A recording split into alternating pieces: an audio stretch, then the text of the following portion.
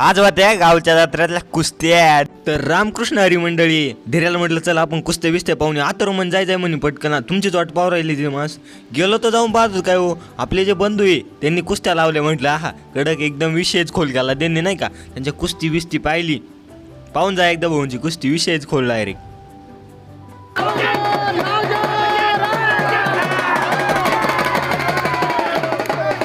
शेवटी भाऊंच्या खांद्यावर गुलाल पडलाच. विषयच करायचं नाही हो त्यांचा.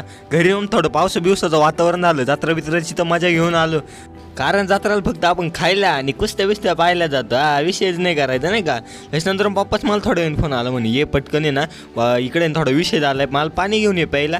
आणि मला नंतरून तिथे गेल्यावर सांगितलं मी काय ना मी बघितलंच नाही म्हणे. 2-4 नांगाठ्या मारून आल्यानंतर कळालं म्हणे साप केले ना आग्रामध्ये.